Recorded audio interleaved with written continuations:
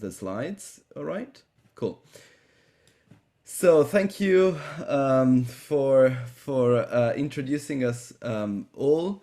And today I will present some of the sort of like a summary of this report, which I co-authored for Autonomy, which is a think tank based in London that tackles the issue of night workers with a particular angle, which is the municipal strategy. So how cities can provide, co-produced with workers, with advocacy organizations, infrastructures for nocturnal workers. So I apologize to maybe a few of you who are already familiar with the report, but hopefully this will be one of the starting points to discuss night work. Whoops. So the reason why we wanted to do this report was that particularly in London we wanted to move away from a discourse around the night that really centered attention on the value of nightlife. So moving away from that to more of a focus around night work and night workers, especially because with the pandemic that was a huge crisis, but made more visible some of the sort of essential workers that worked at night when the city streets were empty. So we wanted to do this to address the needs of precarious night workers. We wanted to end their invisibility, and we wanted also to come up with a framework to understand work through a sort of place and space-based perspectives.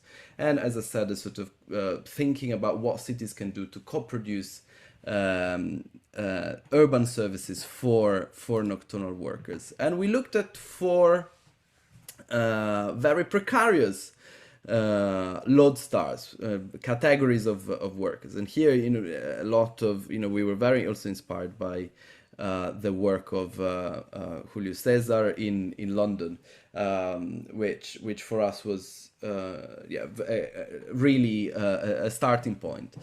So we looked at gig economy workers, food delivery drivers, sex workers, migrant domestic care workers, and workers in the sort of chain that links logistics with retail.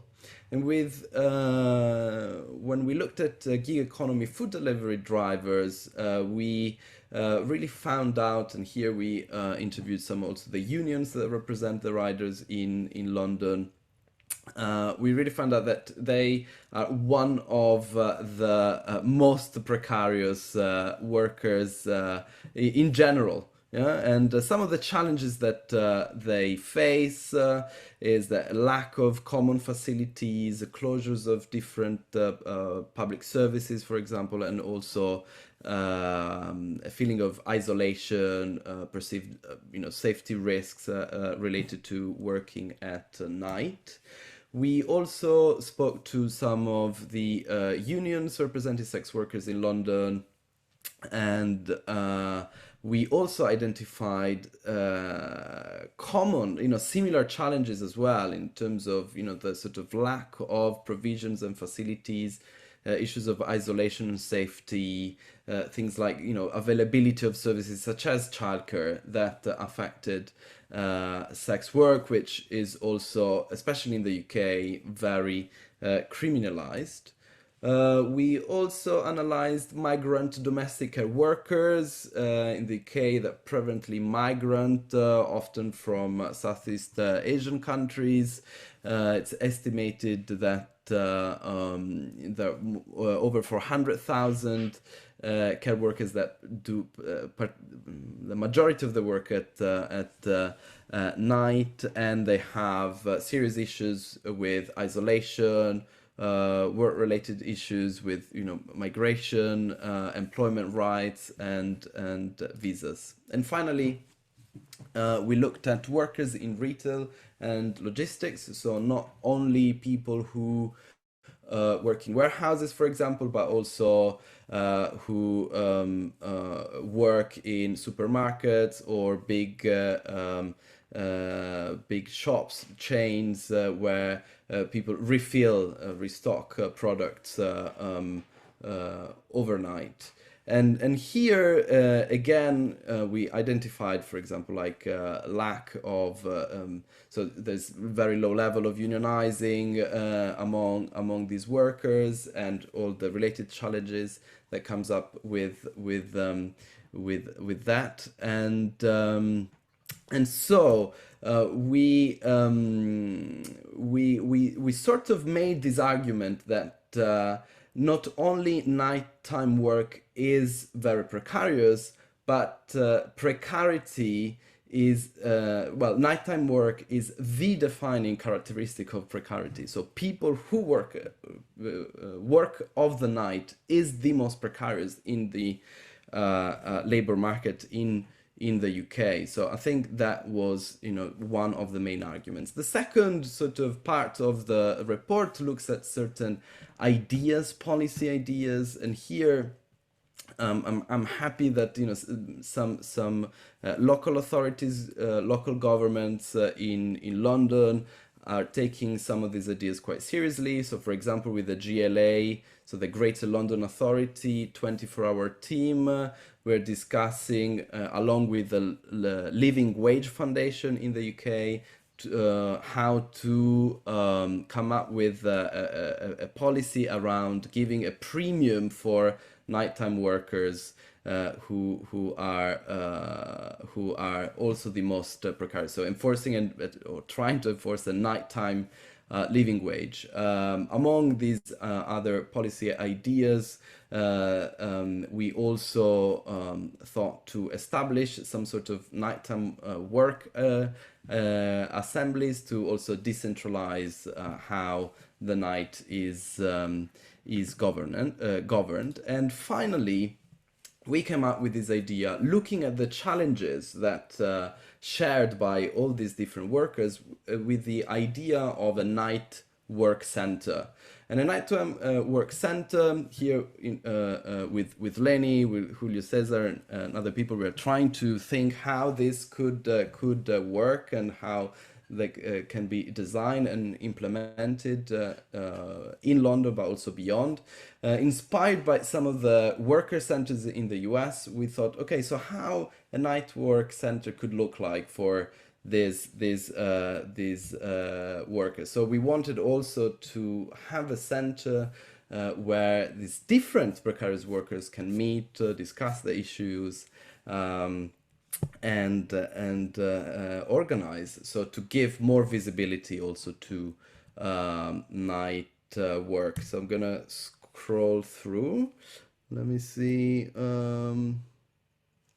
Yeah, so we wanted a center that brings workers together by addressing their practical needs, and so we came up with this sort of three ideas that in some ways they're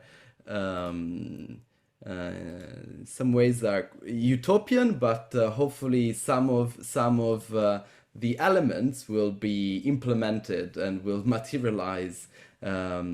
Hopefully very, very soon. We are trying to design and implement a center in one local authority in North London. So here is an idea of what a 24-hour rest stop could look like.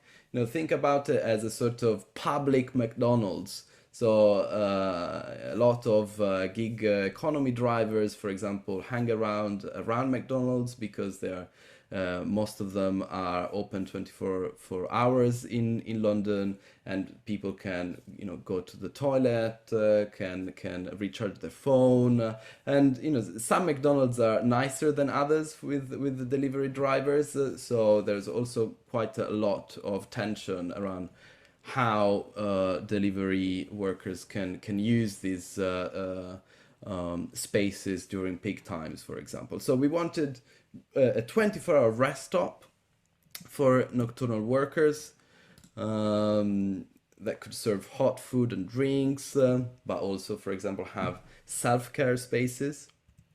We also see this center as a 24-hour workers club, where different workers could, for example, access English language and worker rights lessons, or having spaces where workers can hang out.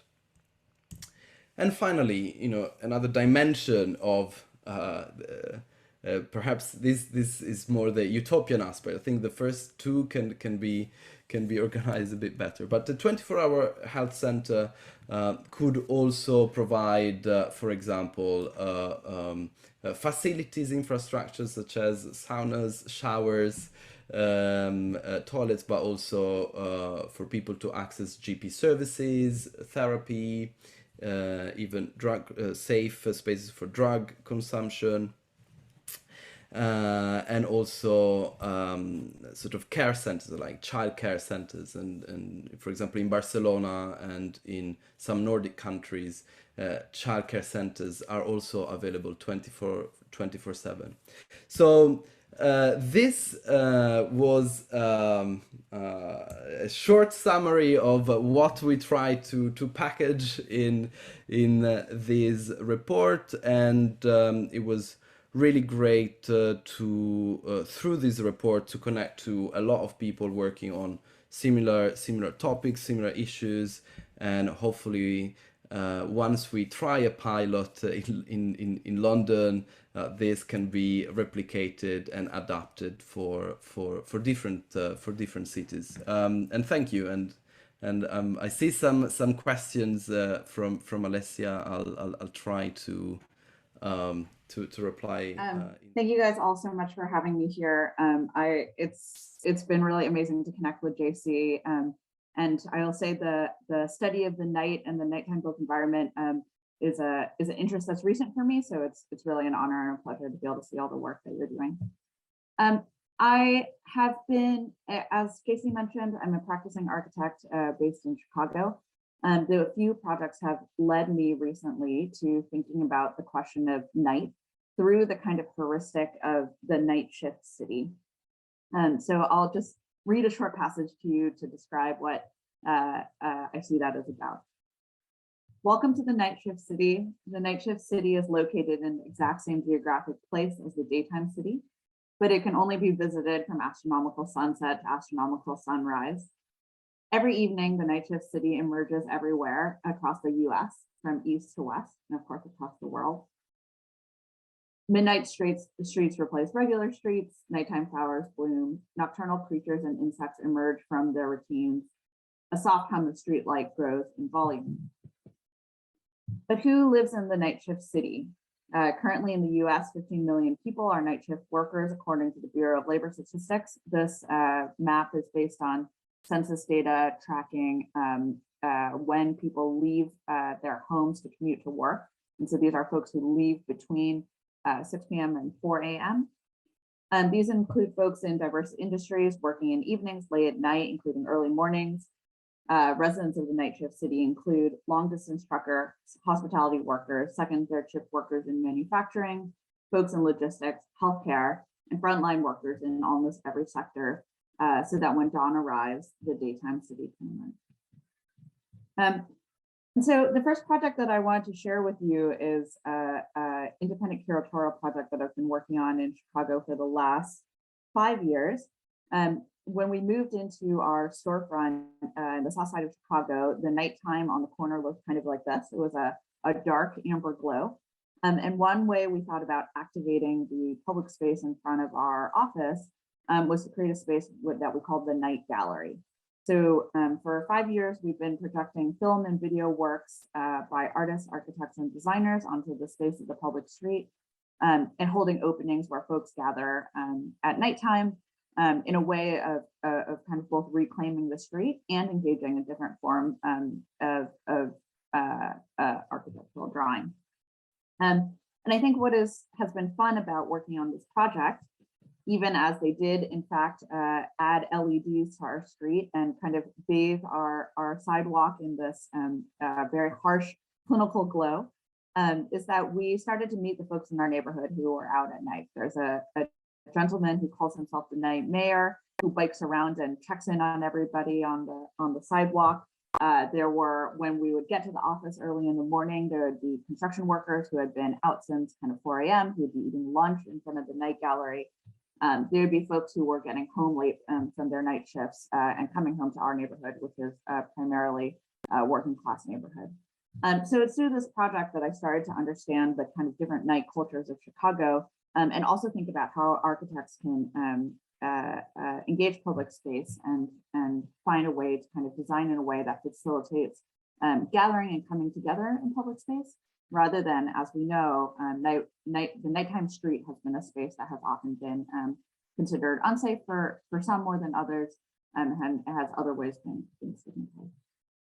And in 2020, with both the kind of pandemic and the uprisings around Black Lives Matter in the United States, we thought it was important to take Night Gallery kind of on the road.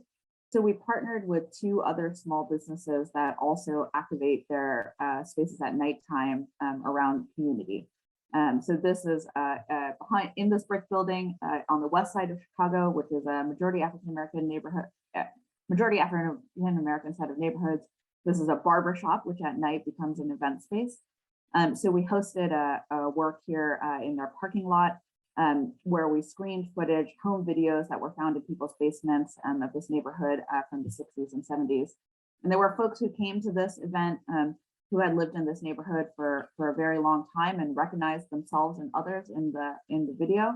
And then there were people who had never been to the west side or the south side at nighttime before because of segregation, racism, and fear of nighttime in these neighborhoods. So this is another event we did that was on the south side at a space called the Silver Room, which is a retail store by day and a community event space by night. I mean, it was great to see folks gathering in the street where there's normally a kind of stigma about spending time in public space. And then in 2021, we were commissioned to do an installation in Columbus, Indiana, which is a small town in the Midwest of the United States, which is historically home to the Cummins Engine Company. And so in many ways, it was a company town. And while we were spending time in Columbus, Indiana, what we realized is that there is a really large majority of folks here who work in manufacturing. So 39% of people who live in Columbus, Indiana, work in manufacturing compared to only 9% nationwide. So we started to think, and they're working in second and third shift work in manufacturing. So we started to imagine how the city could be better designed to serve them. And I think this builds on some of the topics that other folks are describing as well. In Columbus, even though so many people are night shift workers, they aren't able to take public transportation because the Plum bus closes or stops running at 8 p.m. They're not able to visit the public parks, which are very popular, which also close at night. And there are no restaurants which are open overnight. So we started imagining what a city that was designed for night shift workers could come to be in Columbus. And as I mentioned, of course, there are many folks who are working in manufacturing in plants like this. But as we started to work on this project, we also met other folks who were night owls in Columbus. So they were parents of young children, they were insomniacs, they were folks who worked at the bar late and tended to have a kind of late nightlife. But we found that there was no space for all these folks to gather together. People tended to kind of congregate amongst their own groups. So we started doing this kind of analysis, which I think is similar to the kind of critique that many of you all are making in your work, which is if we start to diagram on the left side, the city's civic amenities, which are kind of critical to life, a thriving life. And then we look at the kind of diurnal or nocturnal cycles of workers, we'll find that there is a kind of gap where none of these services are available for the folks who work in them. So we proposed a project called Midnight Palace, which was inspired by the kind of historic nighttime street lights of Columbus. So there were both kind of high pressure sodium fixtures. These were all LEDs, but they were done to kind of honor the different night times that have taken place in Columbus, from that kind of bright yellow to the current LED, to the kind of exposed halogen bulb of the kind of nighttime signage. The video that's going to start. So you can see that this installation actually kind of has two sides to it. It has a front side, which is this wall of light, I think, which for us is intended just to kind of draw attention to the nighttime environment and how it might be kind of better designed or engaged in public space. But then there's also a series of screens that face to the inside, and then a large screen to face to the outside to pay homage to the drive-in that closed a few years ago. And so we imagined that there could be kind of programming that happened here that happened in the middle of the night, whether that was watching a cricket game. There's a large South Asian community here, or programming amongst other night workers. So we partnered with a local cinema, Yes Cinema, to do a series of events based on nighttime focused film works. So some of them were larger events like this, and some of them were kind of smaller inside the space. So this was one featuring a film by French filmmaker Adrien Marigot about the kind of surreal qualities of night, called Genius Loci. We featured photography from two photographers, David Chalil and Jenny Hanasek, showing nighttime across the Mississippi watershed where Columbus is located. And also with JC and a colleague of mine, Cyrus Penarroyo, Cyrus was looking at the experiences of Filipina healthcare workers. His mom was a night shift nurse, and he was looking at the kind of spaces of the night shift work for night workers. And I'm sure you all have had this experience in your outreach that every time we did an event, we found that people themselves had had night shift work experience at different points in their lives. And this was a topic which resonated with many people in Columbus. And then quickly, I'm also keeping my eye on time, that I'm going to try to move through this work that I've been doing with my students at Houston. This is a map of the city of Houston, which I'm learning about for the first time while teaching here at Rice.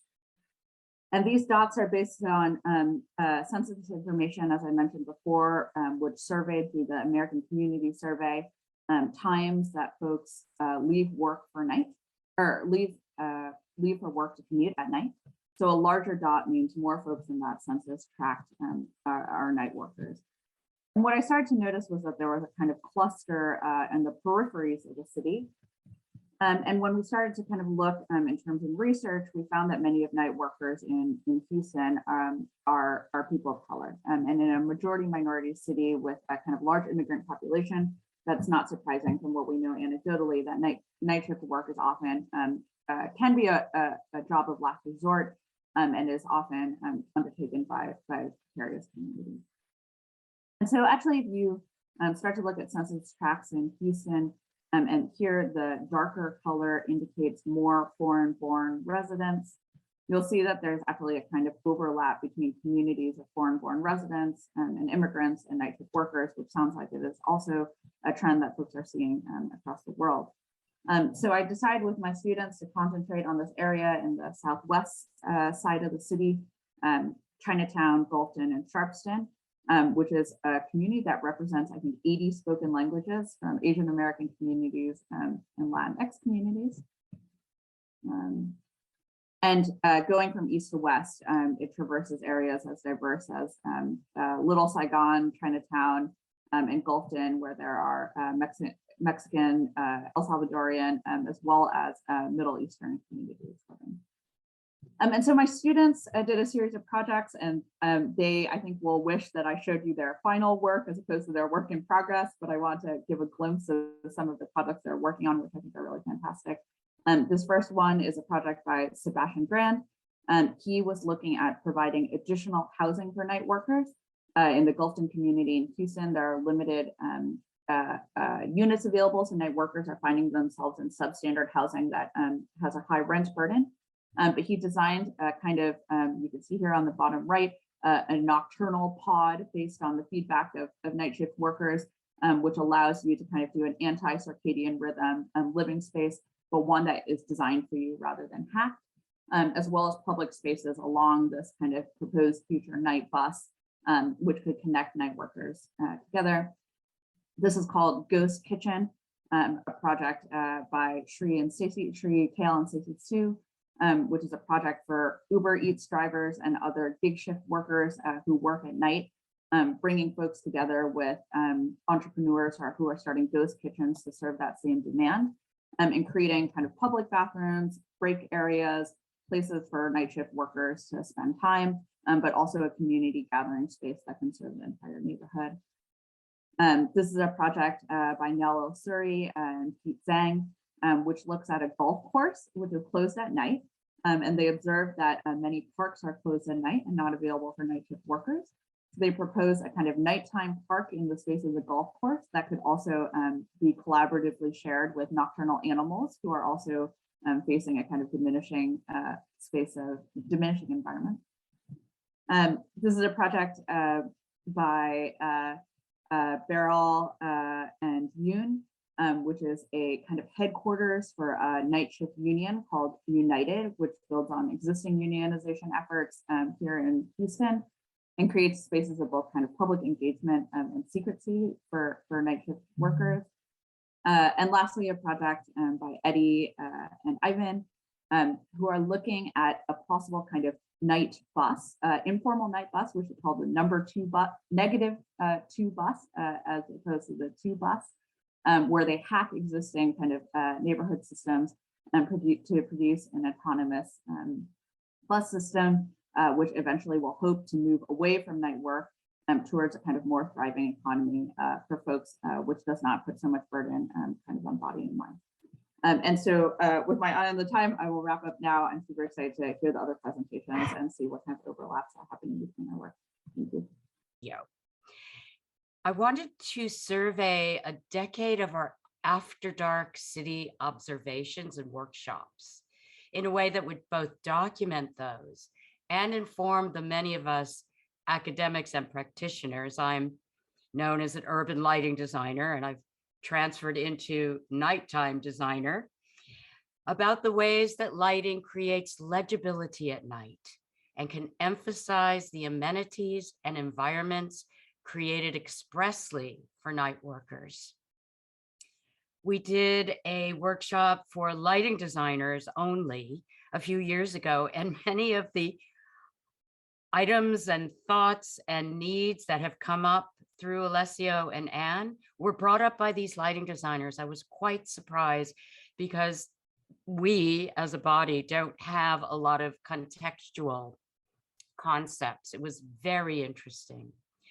Now, this video will challenge you to concentrate on the sound and image, as some of the narration is evocative rather than exactly matching the visuals. So I invite you to this challenge and look forward to the discussion afterwards. And I thank all the organizers and my co-presenters for this opportunity to address all of you. Okay, now, first of all, I was warned to give you a link in the chat in case the video slows down. You can watch it on YouTube. Unmute yourself. I'm going to do that now. Hope that works. So there is a small version of the video, and now I will share my screen with the larger version.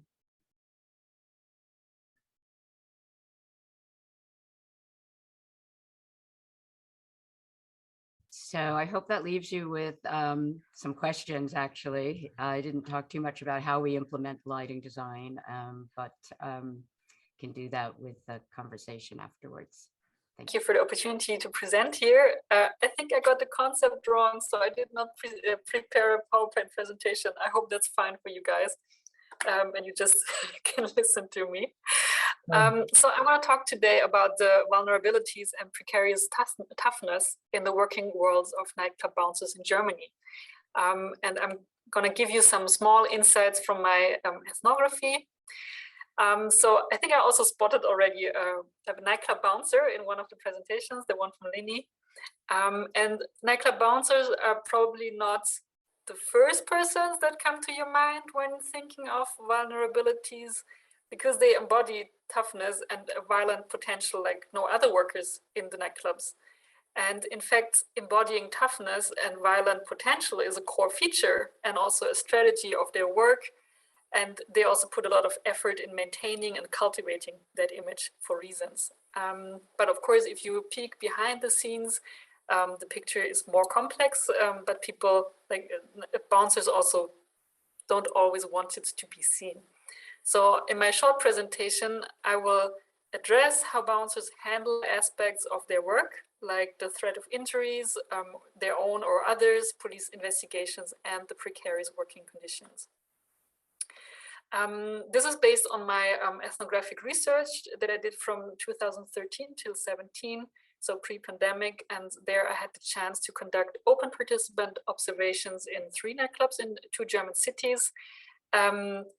Open participant observation means that the bouncers allowed me basically to hang out with them. They knew what I was interested in, that I was mostly focusing on their nightly working routines. And during this time, I met bouncers who share great similarities with others studies in the nighttime economy about bouncers.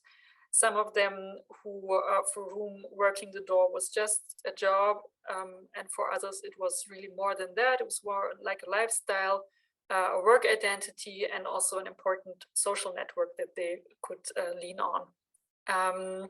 They mostly, in Germany, they work mostly from 10 p.m.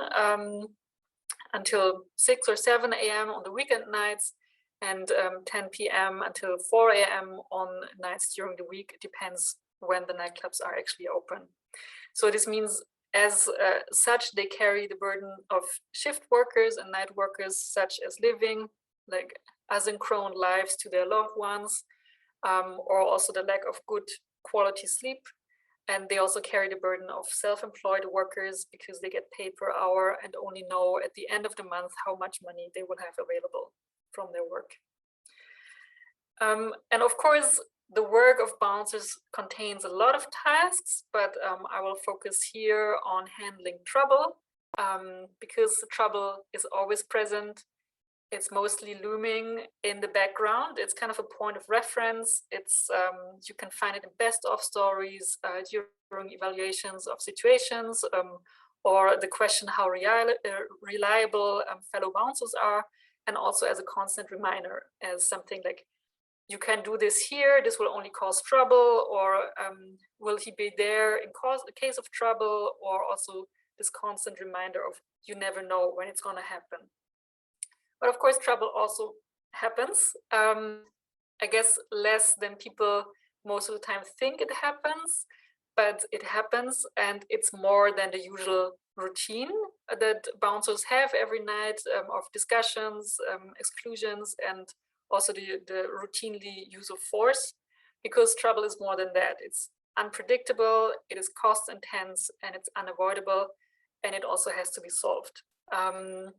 And it's essential for bouncers in a way, because it's the counterpart to all the endless long hours of boredom in which time really seems to stretch into eternity.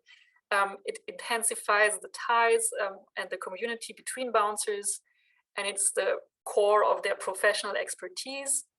And it also gives techniques of dirty work a purpose. So to understand the vulnerabilities of bouncers, I want to take a closer look at the cost intensity of trouble. Because cost intensity means that trouble has consequences that might stretch beyond the given situation.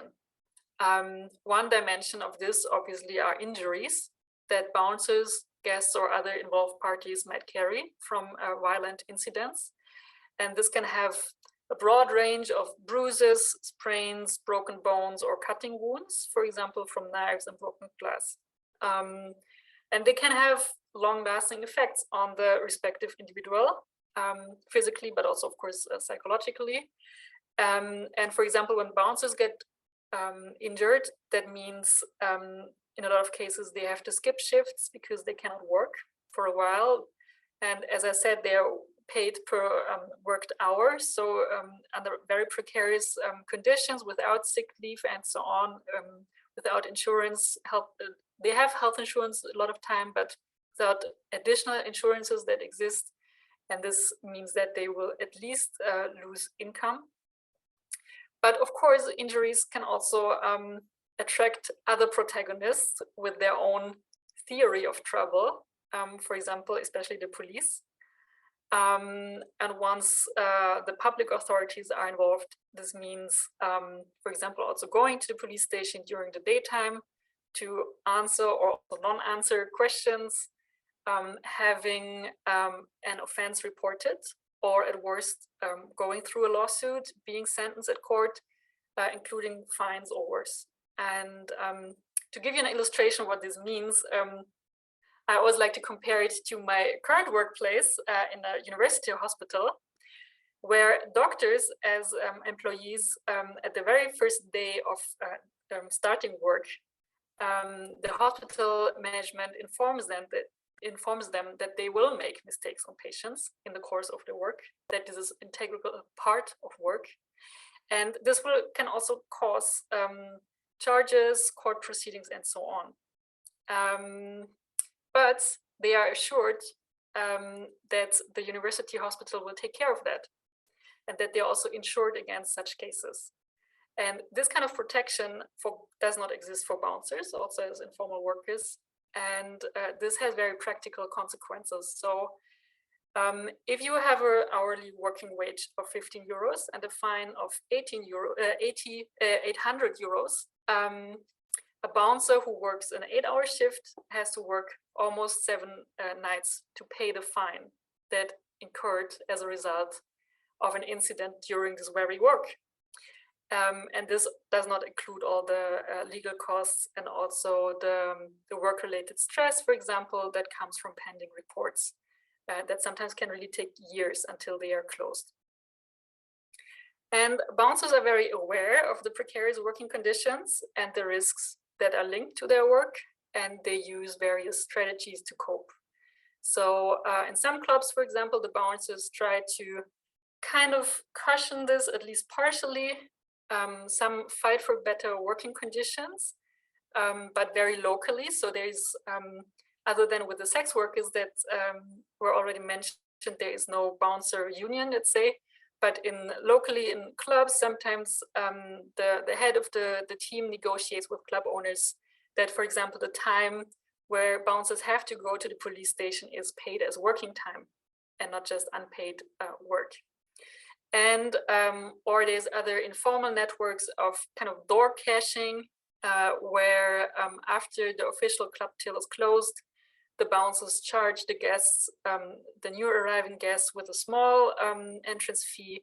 So that goes directly to the joint cash box of the bouncers. So they have money to cover legal fees, but also pay for sick leave in case of work-related injuries, for example. But of course, the individual damage and the individual risk remains for bouncers. And of course, they also, despite this kind of more, let's say, structural strategies, they also apply very situational strategies of mutual support. For example, when they consult each other on legal aspects, when they discuss or train each other in modes of operation, how to handle trouble, when they kind of support each other when going to court to keep the spirit up, but also when they make sure to really keep this image of unity and toughness in front of third parties, such as guests and police. And also with regards to police, a further strategy is to really avoid police investigations in the first place. As I said, like, don't do it here, there's witnesses and so on. But also, for example, make it more difficult to be identified as an individual through shared clothing style, for example.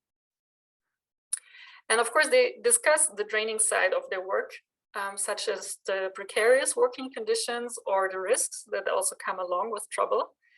And, you know, during the nights, we all know this, a lot of mutual intimacy can also exist and be really created by the night and also by the long hours of the night. But something that I never really witnessed was that bouncers really addressed feelings of fear.